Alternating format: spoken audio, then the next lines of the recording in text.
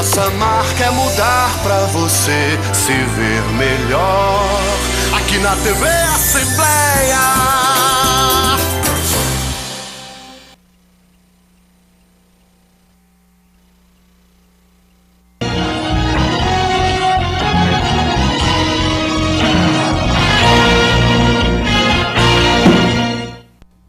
Olá, boa noite. Está no ar o programa Questão de Ordem, começando a semana aqui no nosso encontro de todos os dias aqui na TV Assembleia, canal 30, no programa Questão de Ordem. Nosso assunto hoje é brincadeiras perigosas. A Comissão de Infância e Adolescência aqui da Assembleia realizou na última quinta-feira pela manhã uma reunião ordinária da comissão e debateu esse assunto, brincadeiras perigosas. O intuito desse programa é exatamente abrir a informação acerca deste assunto, que é um assunto muito sério. Embora seja brincadeiras perigosas o tema, mas é um assunto muito sério. Durante a reunião da Comissão de Infância e Adolescência aqui da Assembleia, a comissão convidou e ele participou do evento, da reunião, o engenheiro civil, empresário e fundador do Instituto de Me Cuida, o Demétrio Gereissati. Ele participou do encontro e falou exatamente do que lhe moveu ao organizar e ao fundar o Instituto de Me Cuida. Ele está aqui no programa e vai contar essa experiência, essa história aqui hoje no programa Questão de Ordem. Eu recebo com prazer o Demétrio Gereissati, que é engenheiro civil, ele é empresário do ramo de administração de imóveis e é o fundador do Instituto de Me Cuida. O Instituto surgiu após um jovem aqui de Fortaleza, de 16 anos, perder a vida praticando o jogo do desmaio, uma das brincadeiras perigosas. Visando preservar a vida de outros jovens, o Instituto desenvolve pesquisas, estudos e mantém uma troca permanente de informações com outras entidades no mundo inteiro. Só lembrando, as brincadeiras perigosas já estão cadastradas em centenas de países em todo o mundo. Esse é o tema de hoje do Questão de Ordem. Está no ar o programa e eu recebo aqui com muito prazer, agradeço a ele pela presença, ele foi convidado pela produção e está aqui hoje para reverberar essa experiência, essa ideia do Instituto de Me Cuida. Está no ar o Questão de Ordem. Demétrio, muito boa noite, prazer recebê-lo. Boa noite Renato, boa noite a todos. Prazer recebê-lo. Prazer nosso. Ô Demétrio, o que é o Instituto de Me Cuida? O Instituto de Me Cuida, como foi mencionado aí, é uma iniciativa que nós tivemos para trabalhar a prevenção, a divulgação do conhecimento correto e a compreensão das brincadeiras perigosas, que na verdade são práticas arriscadas que os jovens, as crianças fazem sem o conhecimento real do perigo que estão correndo e que podem levar a acidentes, a ficarem com várias funções comprometidas e até a morte. E nós tivemos essa iniciativa após perdermos um filho 3 anos atrás com essa prática. 3 anos atrás? 3 anos atrás, 2014, e identificarmos uma total falta de informação no nosso país e ao mesmo tempo uma prática muito mais frequente do que se conhecia. Demétrio, essas brincadeiras perigosas, elas já existem em grande parte do mundo, não é isso? Elas existem em grande parte do mundo e há muito tempo. Isso não é uma prática de 10 anos atrás, de 20, a gente não sabe. Tem registro há mais de 20 anos? Tem muito tempo. O que mudou, na verdade, foi a forma de disseminar essa informação. Com a internet, a informação ela corre com muita facilidade. Então, passou a ser divulgado muito pela internet, alguém vê e vão praticar em grupos, vão praticar sozinho, então tomou uma dimensão muito grande. E por conta disso, a internet vem com uma informação dessa prática, mas não existe a informação do risco que tem. Bom, você criou o de Me Cuida há 3 anos, ou seja, você também não tinha conhecimento nenhum dessa? Nenhum. Foi surpreendido com uma fatalidade em casa. Fatalidade em casa, e o que a gente coloca é que existem sinais que se consegue identificar a prática do jogo ou não. Daí a importância do que a gente, desse conhecimento e dessa informação que a gente tenta levar porque conhecendo os sinais da prática, se consegue evitar e mostrar para o jovem o risco que ele corre. Alguns casos, infelizmente, na primeira vez da prática não dão certo e eles vão ao acidente ou ao óbito. Mas muitas vezes essas práticas são repetitivas. Quais são os sinais, Demétrio? Olhos vermelhos. Por quê? Porque eles ficam madrugada acordados, não dormem? Não, principalmente porque na hora que você são reações à falta de oxigênio no cérebro, quando estão cortando. Então, eles brincam simulando a falta de ar. Eles tentam cortar o ar como um desafio, entre outros desafios. Coisa da imaturidade, né? Coisa da imaturidade e numa imaginação que não corre risco. Então, são os olhos vermelhos, é um grau de irritabilidade muito grande, acima de uma irritabilidade normal. São manchas que ficam no pescoço, são manchas diferentes que ficam pelo corpo, dor de cabeça com muita frequência, muito tempo trancado no quarto. Então, 2, 3 sinais desses conjugados são indícios assim, bem seguros de que a prática está acontecendo. Então, é importante que as pessoas se aprofundem, conheçam o tema para que consiga identificar a tempo nesses sinais e aí trabalhar o que precisa ser trabalhado como prevenção. Monitorar a internet pode ser feito? Seria o melhor dos mundos. Tem um limite desse monitoramento e, infelizmente, a internet hoje não é mais um computador que se tem em casa ou um tablet. A internet hoje e o maior acesso dos jovens à internet acontece pelo celular. E aí a gente tem... Não é nem em casa às vezes. Não é nem em casa às vezes. A gente tem ido em escolas fazer prevenção. A gente ouve muitos casos que os pais monitoram ou tentam um certo controle, mas foge ao controle quando eles estão na rua. Quando você descobriu que seu filho foi vítima disso, aí você começou a estudar e resolveu criar o Instituto? Aí nós criamos o Instituto de Me Cuida e começamos exatamente a primeira etapa, que eu até dividiria talvez em 3 etapas do Instituto. A primeira etapa foi a etapa de aprofundamento do conhecimento, pesquisa e inclusive vivenciar trabalhos semelhantes, que a gente identificou na França uma entidade chamada APEAS, que são grandes parceiros nossos, e é uma entidade muito respeitada no mundo todo. Lá ela tem o apoio do Ministério da Educação, do Ministério da Saúde. E nós tivemos uma vivência dentro da APEAS, APEAS, que é a sigla da Associação dos Pais que Perderam Filhos Vítimas de... E nós tivemos vivência, inclusive, dentro de sala de aula para as mais variadas faixas de idade. Somente em uma escola em 3 turmas, os jovens por si só apontaram 46 nomes diferentes de práticas de brincadeiras perigosas.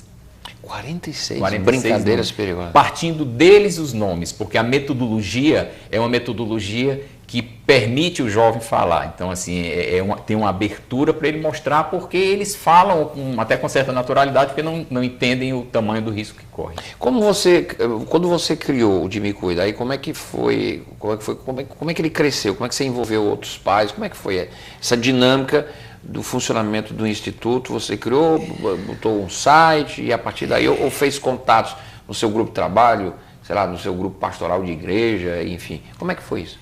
Na verdade, eu vou te confessar, talvez eu nem me lembre exatamente como foi, porque a gente passa aí por um período em estado de choque, fazendo as coisas, mas passa por um período de estado de choque. Mas o que aconteceu foi que, meio que de imediato, a gente disse, a gente precisa fazer alguma coisa por isso. Com menos de 2 meses já ligou uma pessoa, vocês já estão fazendo alguma coisa, porque aconteceu um outro caso em Fortaleza muito próximo, e aí nós Fortaleza tem acontecido casos? Bastante. Bastante, e aí eu vou já lhe colocar que não é só Fortaleza. E aí nós conversamos com essa mãe e ela acabou se juntando a gente. Aí depois outros casos que tinham acontecido, que as pessoas não entendiam bem o que tinha acontecido com seu filho, porque seu filho não tinha nenhum perfil de atentar contra a vida, não deixou nenhuma carta, não deixou esses sinais que são característicos. É do suicídio, né? Porque o caso aí não é suicídio. Não. A brincadeira perigosa não é um ato de suicídio. Não, ele tem uma motivação oposta do suicídio. Na verdade é uma busca de um desafio, de uma sensação de alguma coisa, então é bem diferente. E aí as mães e os pais e as famílias foram chegando. Quando a gente terminou talvez o primeiro ciclo, que foi de junho de 2014 a junho de 2015, nós provocamos ou nós organizamos o primeiro colóquio internacional de brincadeiras perigosas em Fortaleza. Foi quando isso? Foi 2014 ainda? 2014? Foi em agosto de 2015. Em agosto de 2015 conseguimos vários apoios importantes das escolas particulares, das escolas públicas. Conseguimos um público de 300 pessoas para tratar desse assunto. Onde foi? Onde foi isso? Foi no Hotel Ceará. Pronto. E nós tivemos aí a presença de 3 pessoas da França, de uma pessoa por videoconferência dos Estados Unidos e do presidente da entidade da África do Sul. E o nosso público eram educadores, eram médicos, enfermeiras, alguns pais, e conseguiu se trazer, aí nesse momento se trouxe realmente o assunto, existe isso, acontece isso e existe isso. Então esse seria talvez o primeiro momento. Foi o primeiro evento do De Me Cuida, digamos Foi assim. o primeiro evento. Depois de 2015 até o final do ano nós ficamos organizando como iríamos trabalhar com prevenção. Em 2016 até outubro nós ficamos fazendo trabalhos de prevenção. Nós fizemos 48 prevenções no ano passado. Em outubro realizamos o segundo colóquio. Poucos dias depois do segundo colóquio aconteceu um fato que foi bastante emblemático, que uns garotos brincando no interior de São Paulo de uma outra modalidade de jogo, alguém perdeu e falou, não, vamos brincar da brincadeira do desmaio. E nessa brincadeira do desmaio o garoto faleceu. E a coisa ficou muito exposta ali à prática, porque foi uma coisa meio no ar. Foi um grupo de garotos. Um grupo de garotos, e alguém disse, não, vamos brincar da brincadeira do desmaio. E isso gerou O Brasil todo começou a falar ao mesmo tempo no assunto e gerou uma demanda, inclusive, muito grande para nós do Instituto, que a gente não estava nem preparado a nível de solicitações. E o Instituto foi o primeiro do Brasil, o De Me Cuida? Tem outro similar? Não, que nós, inclusive, nós precisamos muito de similares ou nós temos a ideia de ter núcleos em cada estado, mas isso gerou uma demanda e quase que uma desorganização para a gente no sentido daquele ritmo que a gente via. Então, isso foi em outubro. E aí a gente agora já está no terceiro ciclo, que é um ciclo de sair muito do estado do Ceará. Nós estamos tendo muitas demandas de fora, nós angariamos muitos apoios importantes, o Ministério Público Federal tem nos dado muito apoio, a Netix, que é uma entidade que trabalha educação digital, que trabalha muito atuante, a SaferNet, que também trabalha com proteção digital. Nós participamos do Dia Mundial da Internet Segura agora, em São Paulo, agora esse ano já. Então, abriu-se aí um novo espaço. E nós temos um grande desafio, que é criar núcleos de prevenção em todo o Brasil, porque o Brasil tem essa dimensão grande demais e a coisa está acontecendo. Como é que as pessoas podem abrir um núcleo do De Me Cuida? Como é que faz? O nosso acesso mais fácil é no site ou no Facebook, lá no Instituto De Me Cuida, e aí tem lá os canais de comunicação. É institutodemecuida.org, né? É institutodemecuida.org.br, é isso? Isso. Instituto de Me Cuida, tudo junto. .org.br. Bom, você me falou aí que não é só em Fortaleza, no interior do Ceará também acontece? Acontece com a mesma frequência, e nós temos mais casos catalogados no Ceará por estarmos aqui e por estarmos mais próximos. Então, os pais falam, as pessoas que nos conhecem chegam... Quantos casos já são? Aqui nós já temos aí 14 casos. É que são diversos tipos. Tem um desafio de um garoto que ele continua se recuperando, que teve quase 50% do corpo queimado. Esse aí teve uma divulgação muito grande. Queimado? Agora, queimado com uma outra prática. Outro desafio estúpido de tocar fogo numa garrafa e sair correndo a tempo com álcool lá para não... Você sai correndo para não ser atingido. Ele foi atingido. O fogo vai, você tem que correr na frente do fogo. Que loucura. A brincadeira dele deu errado. Então, que brincadeira. Os desafios, eles não param de proliferar. Então, essa que é a verdade. E é muito difícil se conseguir parar. Então, em etapas diferentes, precisa se construir proteções nessas crianças e nesses jovens.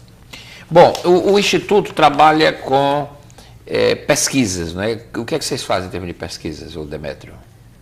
Nós trabalhamos no comitê, talvez no Instituto, com 4 comitês distintos. Nós temos o comitê de pais, onde nós procuramos dar essa explicação, esse acolhimento, essa força, aquilo que está ao nosso alcance, as pessoas que infelizmente passam por isso.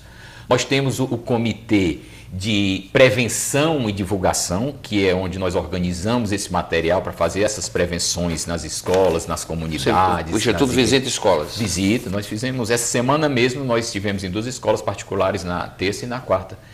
E essa vez foi para pais. Nas escolas nós fazemos para os pais um programa, fazemos para os educadores e fazemos para crianças e para jovens. Então esse comitê cuida da elaboração e da gestão desse material.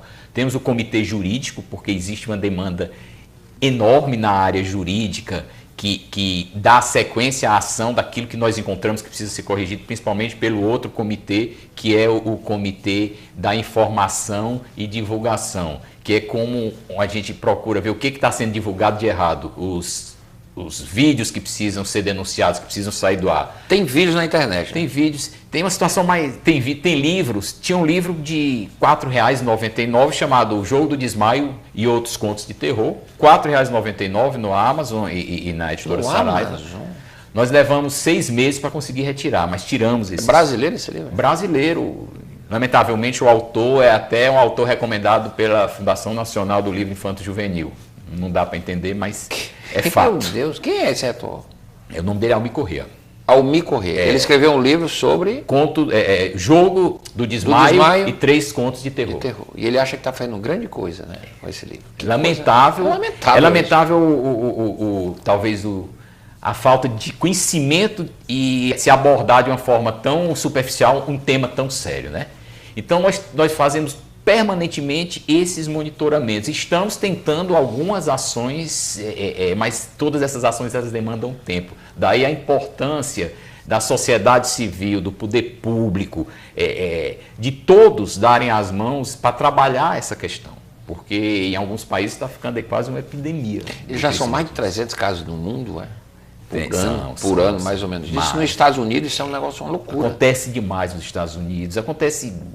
Assim, não tem nenhum país que a gente possa dizer que é mais ou menos, nenhuma classe social, que isso aí também é outro detalhe, e não tem nenhum perfil do praticante do desafio.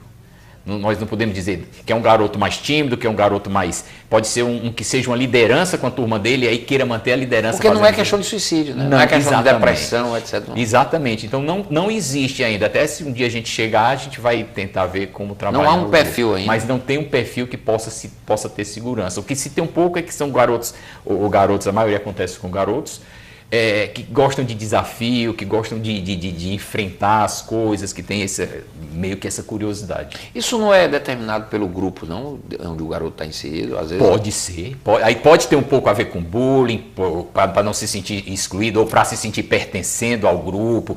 Pode acontecer isso também, com certeza. Não é porque às vezes se cria... Ou faz, ou então não entra na... Exatamente, o desafio é esse, né? Você vai ter que pagar para estar junto, é isso aqui. Agora, os casos, então, podem estar, inclusive, subnotificados, né? Porque talvez suicídio pode ter sido brincadeira perigosa, não se sabe. Aí, na verdade, é mais sério, porque nem se tem registro como brincadeira perigosa. O que se tem lá é morte acidental ou suicídio. Então, nós não temos nenhuma estatística. Se a família não procurar... Não chega. E por não ter, aí é que vai o ciclo de desconhecimento. Não tem estatística. Então, isso não existe, isso não acontece. Se não acontece, para que eu vou trabalhar a prevenção? Por que eu vou combater? Então, fica aí um silêncio entre a prática do jovem e o risco e o desconhecimento do adulto e a falta de registro. Então, é isso que precisa ser. E uma das batalhas que o Instituto tem é implantar a autópsia psicológica, que é o que vai fazer... Autópsia? Autópsia psicológica. Como é isso? É um trabalho que faz em cima do ocorrido, e aí faz um pouco da vida, de como era a vida, para ver o comportamento psicológico e o quadro geral, para identificar claramente talvez qual foi a causa perfil, morte, né? O perfil, exatamente. E vai identificar se aquele caso foi um atentado contra a vida, foi um suicídio, ou se aquele caso foi uma brincadeira perigosa.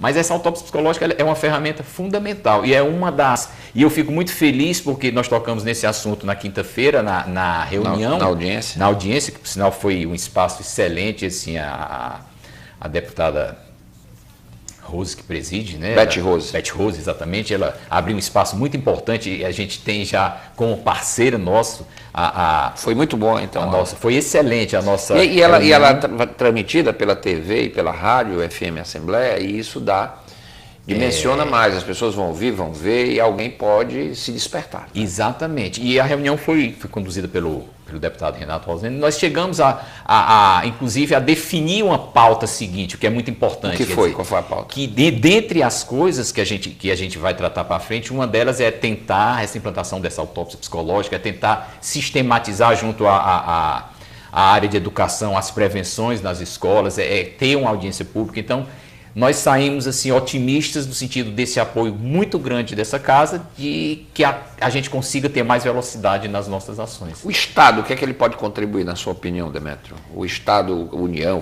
estadual? Na verdade, o poder público na área de saúde, na área de educação e na área de segurança pública tem uma responsabilidade gigantesca nisso. Não é só, porque eu acho que isso mais uma vez é uma responsabilidade de todos nós, sejamos pais, educadores, conhecidos, enfim. É um novo momento que a sociedade está vivendo, desconhecendo o alcance da falta total de filtros nas informações que circulam.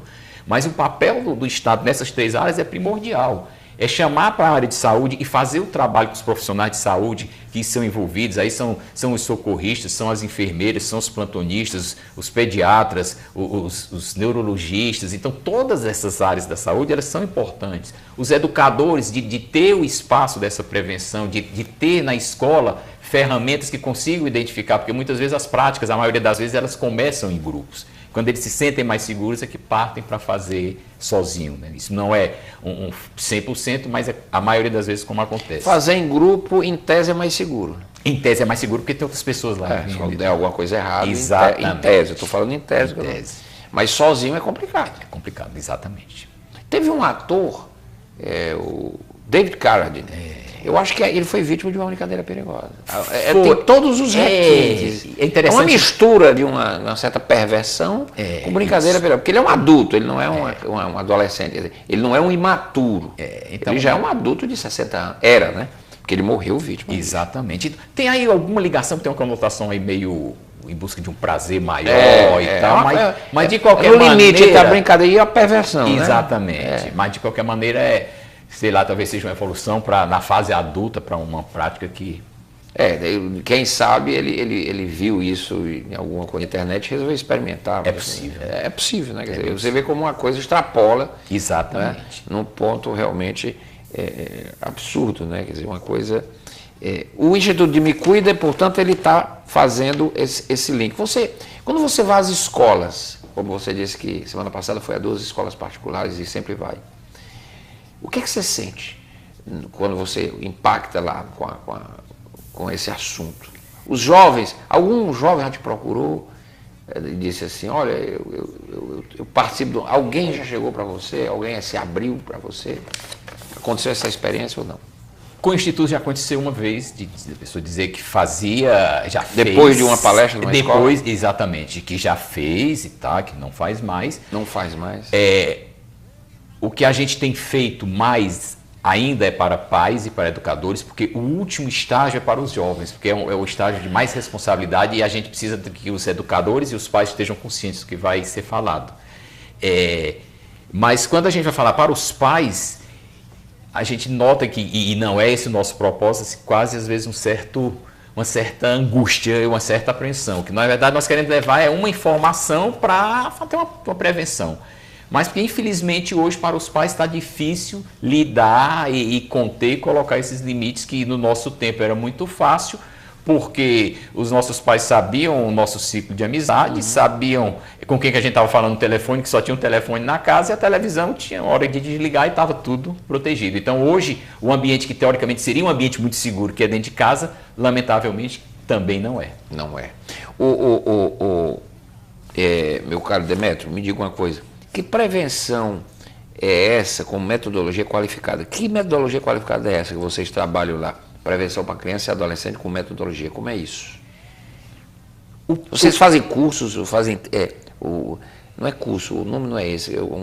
Alguma terapia para jovens? Tem isso no Instituto? Não. Na verdade, nós fazemos para o grupo E o principal quando a gente coloca isso é a forma da abordagem. Que nós não podemos chegar e perguntar, vocês conhecem isso? Ou quem já praticou isso? Nós não podemos dar. Nós tentamos, eles negam. Nós tentamos abrir um diálogo em uma linha onde eles sintam-se à vontade para falar e a gente consiga, a partir daquilo que a gente está extraindo daquelas informações, mostrar para eles os riscos que eles estão correndo. Então, e essa metodologia não foi desenvolvida por nós, no segundo colóquio que aconteceu em 2016, a pessoa que desenvolveu aquilo que a gente entende como a melhor metodologia nos Estados Unidos, que é a Judy, do Eric Strauss, esteve aqui fazendo quase uma aula prática para todas as pessoas que estavam presentes de como é feita a prevenção para os jovens.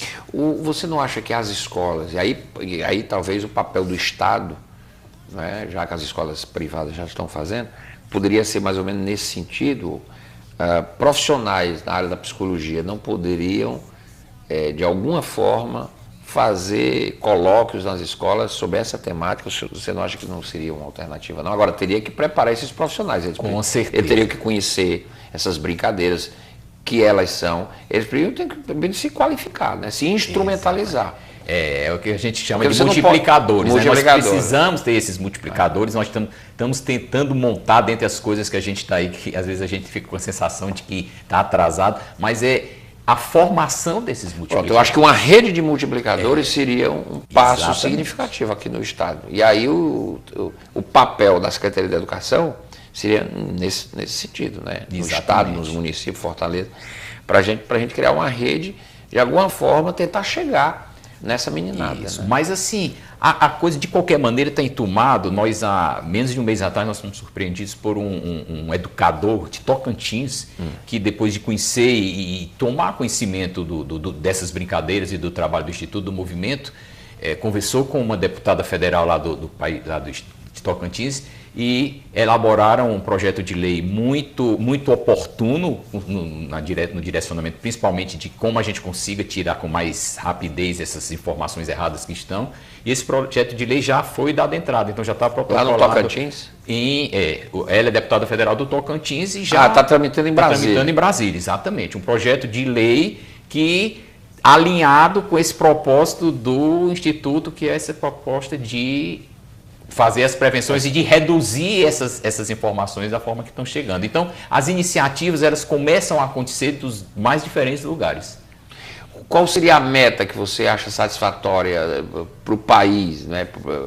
Porque esse assunto extrapola o Ceará, evidentemente. Qual seria a meta com a tua experiência ainda? Eu diria o seguinte: primeiro, a gente gostaria muito de ter, eu já coloquei isso, mas me disseram que é meio utópico, ter um filtro e um alarme para qualquer coisa que não deva estar ou que esteja colocando a vida das crianças e dos jovens em perigo. Na internet. Nessa comunicação de internet. Essa história de que tudo é liberado, não pode censurar. Não, porque tem o direito de expressão, que a gente respeita muito isso, a gente não está indo contra nada, mas a gente só está mostrando que do jeito que está com a abertura toda, estão tendo riscos. Então essa seria uma meta. A outra seria a formação dos núcleos de multiplicação nos estados. A outra seria a inserção nas escolas das prevenções anualmente, de ter uma grade de prevenções para acontecerem nas escolas. E uma mobilização da sociedade, que eu já falei, no sentido de conhecer isso e estar atento para evitar e para estar se falando o que está acontecendo, aconteceu, até se criar uma consciência e se criar, porque eu não acredito que, eu tenho muita esperança que daqui a 5, daqui a 10 anos vão ter menos acidentes e os próprios jovens daqui a pouco vão ter consciência de que não podem estar fazendo essas práticas. Quantas brincadeiras perigosas você conhece das tuas pesquisas aí? Eu acabei de conhecer uma hoje.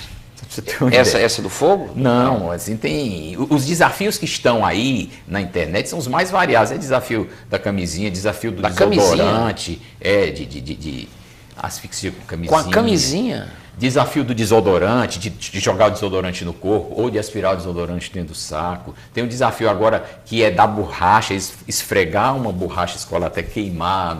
Então tem dezenas de desafios, porque tolice, existe uma situação que é assim, hoje... Quer dizer que você pega uma camisinha e bota no rosto?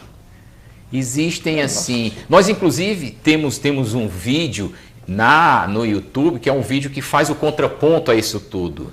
Tenha coragem de dizer não, Brincadeiras Perigosas, quem quiser acessar lá vai encontrar, que é uma abordagem para criança mostrando realmente quais são os riscos. E a gente tem que mostrar, que você pode ficar numa cadeira que eu acho horroroso,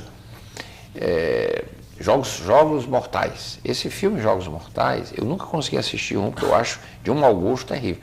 E eu tive problemas, eu tenho uma filha que quando era jovem, pequenininha, queria assistir e eu não deixava.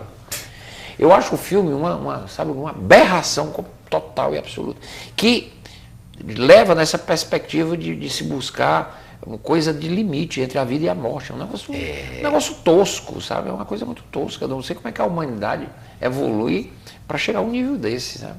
É decepcionante muitas vezes isso. E vai chegando e vai tendo muita plateia, vai tendo muita audiência. Então, assim, nós respeitamos demais o trabalho dos youtubers, nós respeitamos. O nosso papel aqui não é apontar o dedo nem criticar ninguém, mas é alertar, porque está precisando de muitos limites e muitas coisas. Então, os youtubers vão ficando muito populares à medida que vão trazendo desafios novos. Esses desafios novos... Está no YouTube, é? Direto. Em 2010 existiam 500 vídeos sobre o tema. 500 vídeos. Atualmente existem 17 mil. 19 mil, a gente já nem tem mais essa, mas em torno de 17 mil vídeos sobre o tema. Dessas brincadeiras. Então, assim, isso não pode mais ser um assunto desconhecido da sociedade. Não pode.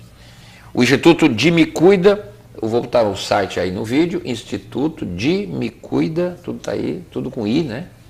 DIMI, cuida.org.br. O que é que as pessoas vão ver lá no site, hein, Demetrio? Um pouco do nosso trabalho, um pouco do que a gente trata. A gente tem uma certa limitação do que a gente consegue expor, porque o site é aberto e a gente não quer. Sim. Né? Então, assim, é muito mais conhecer o nosso trabalho e conhecer de que trata as Brincadeiras Perigosas. E tem o Facebook também, que é onde a gente tem uma interatividade maior. Muito bem. E essa audiência pública aqui da Assembleia da última quinta, ela abriu espaços interessantes e encaminhamentos importantes. Com certeza. Muito importante. E vamos acompanhar aqui, vez por outra, o Questão de Ordem é um parceiro.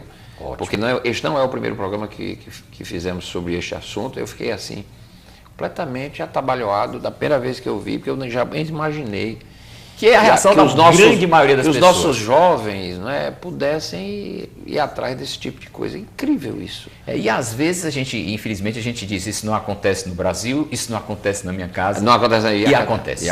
Não existe mais essa fronteira.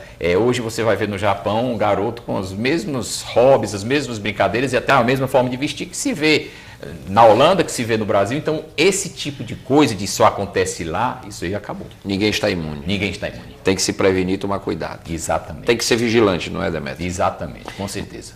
Valeu, Demetrio. Demetrio, você é administrador de aluguéis, né? De imóveis, né? Como é que está esse mercado aí com essa crise? Tem um amigo meu que ele tem um apartamento numa área boa aqui de Fortaleza, ele quis vender já há 2 anos. E não tem liquidez, ninguém compra. Tá assim mesmo, ruim assim o negócio. Tá muito difícil porque qualquer passo, qualquer mudança em um período de turbulência, as pessoas pensam mais, né? O mercado de aluguel não sofreu como o mercado de compra e venda, porque a operação de aluguel, a reversão é mais fácil, o capital que se coloca é muito menor e as pessoas continuam tendo necessidade, né, de morar, necessidade de abrir um negócio. Então o mercado de aluguel sofreu uma certa adaptação de valores para a realidade. Fortaleza já teve uma explosão, né, teve um boom aí dessa área, né? Ainda está assim. Fortaleza é um mercado promissor, que cresceu muito. Eu diria que o mercado hoje, principalmente aluguel residencial, ele está tranquilo. Continua tendo uma demanda razoável. De aluguéis. Então não tem problema nem de excesso de oferta de residencial, nem de falta. No comercial está um pouco mais difícil, está um pouco mais lento. Obrigado, Demetrio. Parabéns. Instituto de Me Cuida está aí no vídeo.org.br. Eu acho que a palavra, Demetrio, é vamos cuidar, né? Vamos cuidar. Vamos cuidar dos nossos meninos. O lema que a gente usa é juntos podemos salvar muitas vidas. Juntos podemos salvar muitas vidas. Obrigado, Demetrio. Parabéns. É importante, você tirou de uma dor, não é? Quer dizer, não sei como você tirou forças de uma dor muito grande para levantar essa bandeira tão importante. Parabéns. Que Deus lhe abençoe. Demetrio Gereissati aqui comigo, convidado hoje aqui do Questão de Ordem. O programa fica por aqui. A gente volta amanhã. Até lá.